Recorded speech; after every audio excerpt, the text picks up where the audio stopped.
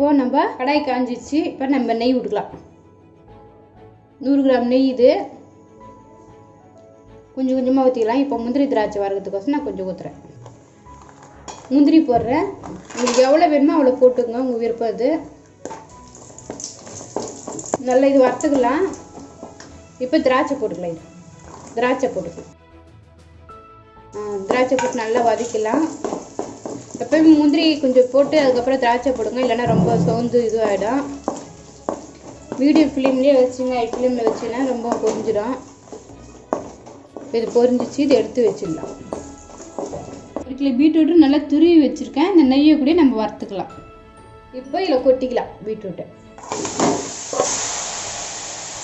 நல்லா நெய்யிலே நல்லா வறுத்துருங்க. இப்போ கொஞ்சம் லைட்டாக ஹை ஃப்ளேமில் வச்சுன்னு நல்லா செவக்கு விட்ருங்க.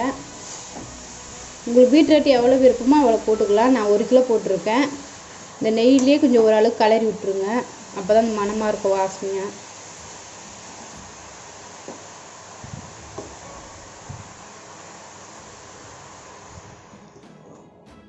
பாருங்கள், நம்ம போட்டதுக்கும் அதுக்கும் இப்போ நல்லா வதங்கி வந்திருக்கு. நல்லா நெய் மணமும் வாசனையாக இருக்குது. இதில் கொஞ்சம் வேகணும். 1 கப் தண்ணி ஊற்றிக்கலாம். அது வேகணும், அதனால் நான் தண்ணி ஊற்றுறேன். லைட்டாக 1 கப் தண்ணி ஊற்றுறேன். அப்போ தான் பீட்ரூட்டு நல்லா சாஃப்டாக இருக்கும். வேகட்டும். ஒரு 10 நிமிஷம் ஆகும். நல்லா வேகட்டும். மூடி வச்சிடலாம். இப்போ எப்படி வந்திருக்குன்னு பார்க்கலாம். நல்லா வெந்து வந்திருக்கு. நம்ம கடாய் நிறைய போட்டோம். இப்போ எப்படி இருக்குது பாருங்கள். நல்லா வெந்துடுச்சு. இதில் இன்னொரு நீர் சுரப்பு இருக்குது பாருங்கள். அழுத்தினா நீர் தண்ணி வருது. கொஞ்ச நேரம் இருக்கட்டும். அப்படியே ஒரு 5 நிமிஷம் இந்த ஸ்டேஜில் நம்ம நல்லா வதங்கிடுச்சு, நல்லா வெந்துடுச்சு. 1 கிலோக்கு நான் 1/2 கிலோ சர்க்கரை சேர்க்குறேன். 1 கப் சர்க்கரை சேர்க்குறேன். இது இன்னும் கொஞ்சம் போடணும் சர்க்கரை. இதை நம்ம முதல்ல கலரிக்கலாம்.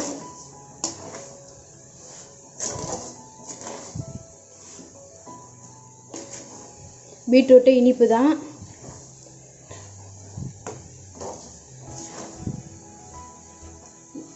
இப்போ ஒரு 1/4 வாசி நான் சர்க்கரை போடுறேன்.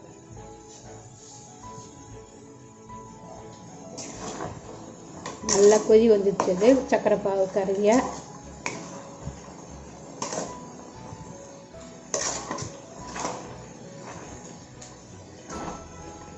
பீட்ரூட்டு அவ்வளோ சாப்பிட்றோமோ அவ்வளோ உடம்புக்கு ஹெல்த்தியானது தான்.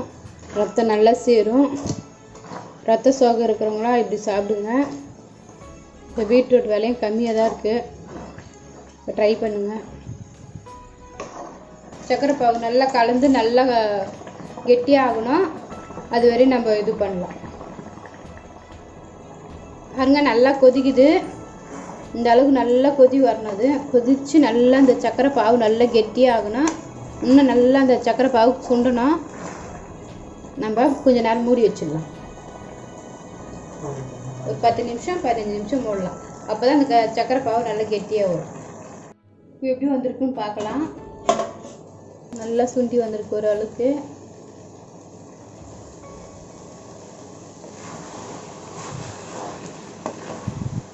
பாருங்கள், தண்ணீரை ஓரளவுக்கு சுண்டி வந்திருக்கு அந்த சர்க்கரை பாகு.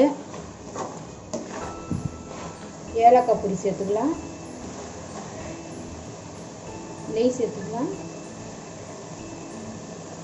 மொத்தமாக 100 கிராம் நெய். இது கொஞ்சம் கொஞ்சமாக சேர்த்துங்க, மொத்தமாக சேர்த்துக்காதீங்க. அப்போ தான் வாசனையும் நல்லா இருக்கும். நான் 100 கிராம் நெய் சேர்த்து கொஞ்சம் கொஞ்சமாக கலரின்னு இருக்கேன் போட்டு.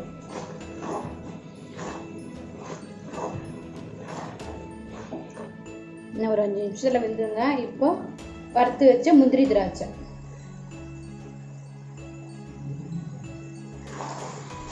அதையும் சேர்த்து நல்லா கிளறிடுங்க. நீங்கள் பாதாம் கூட போட்டுக்கலாம். இதில் பாதாம் பிஸ்தா நீங்கள் எது விருப்பப்படுறீங்க அது போட்டுக்கலாம். நான் முந்திரி திராட்சை தான் யூஸ் பண்ணுறேன். மறுபடியும் கொஞ்சம் நெய் ஊற்றிக்கலாம். இந்த ஸ்டேஜில் நீங்கள் கை கொஞ்சம் கிளறிக்கினே இருங்க, விட்டுறாதீங்க. நல்லா வந்திருக்கு பாருங்கள், தண்ணி கிண்ணி எதுவும் இல்லை, அடியும் நல்லா பிடிக்காமல் நல்லா வந்திருக்கு. இப்போ பீட்ரூட் அல்வா ரெடி ஆயிடுச்சு. நீங்களே செஞ்சு பாருங்கள் பீட்ரூட் அல்வாவை, எப்படி இருக்குன்னு கமெண்ட் பண்ணுங்கள். அவ்வளோதாங்க, இப்போ ஸ்டவ் ஆஃப் பண்ணிடலாம். இந்த வீடியோ உங்களுக்கு பிடிச்சிருந்தா லைக் பண்ணுங்கள், கமெண்ட் பண்ணுங்கள், சப்ஸ்கிரைப் பண்ணுங்கள், மறக்காமல் பெல் பட்டன் அழுத்துங்க.